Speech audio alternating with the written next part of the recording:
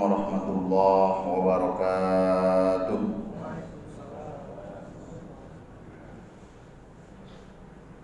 Bersyukur kepada Allah Subhanahu wa taala dengan lafaz hamdalah. Alhamdulillahirabbil alamin. Bersolawat kita kepada Rasulullah sallallahu alaihi wasallam biqaulin Allahumma shalli ala sayyidina Muhammad wa ala ali sayyidina Muhammad. Assalamualaikum ya Rasulullah. Bapak Ibu jamaah sholat fardu zuhur yang dimuliakan oleh Allah Subhanahu wa taala. Mari kita mulai ta'lim ini dengan membacakan Ummul Quran Al-Fatihah.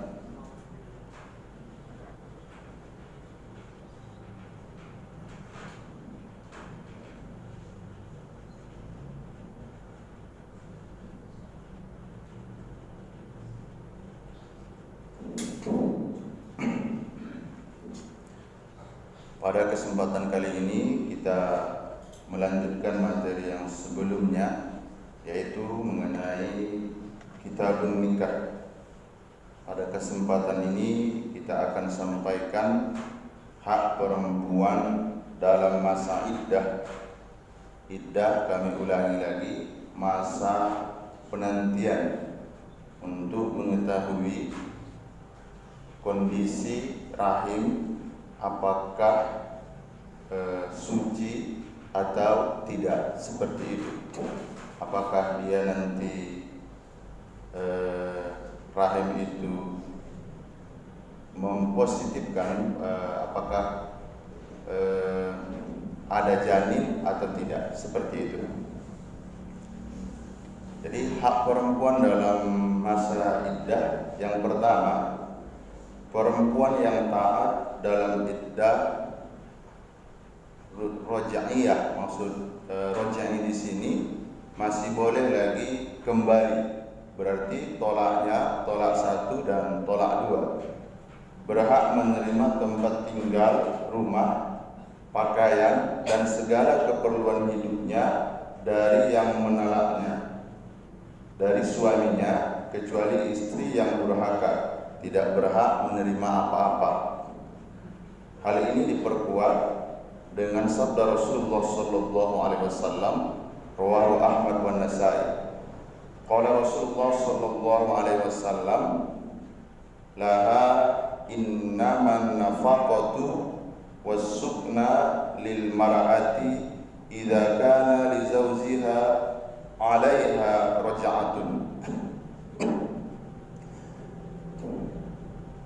Dalam prakteknya ini, karena tidak mengetahui ilmunya, sering sekali kita lihat kalau sudah ditalaknya istrinya itu tolak 1 atau tolak 2, itu seolah-olah kuasa itu ada pada suaminya. Bahkan tidak jarang si istri itu meninggalkan rumahnya. Tidak seperti itu. Selama dalam masa iddah, masa menanti, kemarin kita sudah sampaikan masa iddah di sini bervariasi. Ada 3 bulan yang diistilahkan dengan salah satu huruf, ada 4 bulan 10 hari. Jadi perempuan istri itu tidak mesti dia harus keluar dari rumah. Masa dikasih makan Pak Ustaz, nafkah berupa makan masih, pakaian masih. Jadi tolak roja'i, tolak 1, tolak 2 tidak menggugurkan kewajiban mantan suaminya untuk memberikan nafkah. Begitu juga tempat tinggal, seperti itu. Tapi karena terkadang istri tidak paham mengenai ilmu ini dan suaminya juga mungkin lagi kacau pikirannya, ya udah seolah-olah diusirnya aja istrinya itu. Nah, itu tidak benar. Yang kedua, perempuan yang dalam iddah ba'in, berarti iddah ba'in tolak 3, tidak bisa rujuk lagi. Kalau seandainya mau rujuk lagi, si istri harus menikah lagi dengan orang lain. Nah, selanjutnya entah bagaimana, tapi bukan settingan, dari pernikahan yang kedua itu mereka bercerai. Nah, dilihat lagi perceraiannya itu kondisi rahim, apakah suci atau tidak. Di situ nanti setelah misalnya sudah positif suci, baru bisa kembali kepada suami yang pertama dengan tajdidun nikah. Apa yang diperoleh dari istri kalau dia dalam tolak iddah ba'in? Kalau ia mengandung, ia berhak juga atas kediamannya. Berarti rumah masih, nafkah masih, pakaian masih. Dan ini diperkuat dengan firman Allah surah At-Tolak ayat 6. Wa in kunna ulatu hamlin fa'ambiku alaihinna hatta yad'na hamlahunna.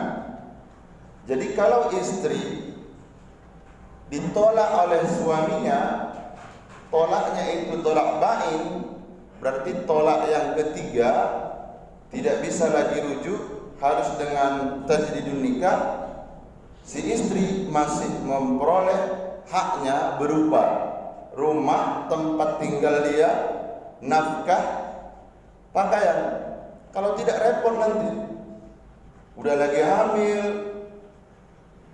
iya kalau ngontrak dibayar suaminya, kalau tidak bisa berantakan.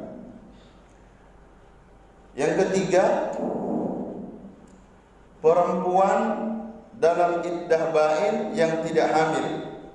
Kalau yang tadi hamil, kalau ini tidak hamil. Baik ba'in yang talak tebus, yaitu khulu, maupun dengan talak tiga, hanya berhak mendapatkan tempat tinggal dan tidak lainnya. Satu itu saja. Hanya berhak mendapatkan tempat tinggal dan tidak lainnya. Hal ini diperkuat dengan firman Allah masih surah At-Tolak ayat ke-6.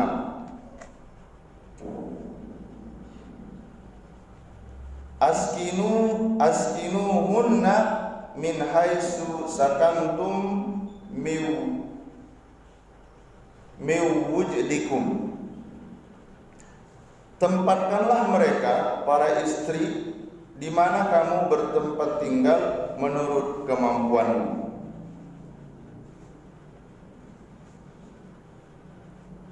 Sebagian ulama berpendapat bahwa ba'in yang tidak hamil tidak berhak mendapatkan nafkah dan tidak pula berhak mendapatkan tempat tinggal. Ini sebagian ulama. Kalau berdasarkan ayat yang pertama tadi, bahwa perempuan itu ketika dia pun ba'in, tolak ba'in, masih memiliki hak tempat tinggal. Sebahagian ulama berpendapat semuanya hilang, tidak lagi memperoleh, diperkuat dengan hadis yang diriwayatkan oleh rawahu Ahmad wa Muslim. An Fatimata binti Qaisin anin Nabi sallallahu alaihi wasallam bil mutallaqati salasan. Qala laisa laha sukna wala nafaqatan. Jadi Fatimah binti Qais yang menanyakan kepada Rasulullah sallallahu alaihi wasallam mengenai perempuan yang ditalak tiga. Sabda Rasulullah sallallahu alaihi wasallam, ia tidak berhak atas tempat tinggal dan tidak berhak pula atas nafkah. Baik, untuk sementara insyaallah besok kita akan lanjutkan. Mudah-mudahan ini menjadi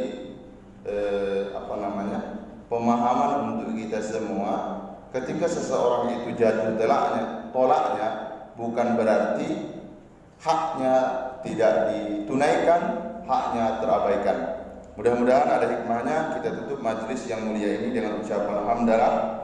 Alhamdulillahirabbil alamin. Subhanakallahumma wa bihamdika asyhadu an la ilaha illa anta astaghfiruka wa atubu ilaik. Assalamualaikum warahmatullahi wabarakatuh.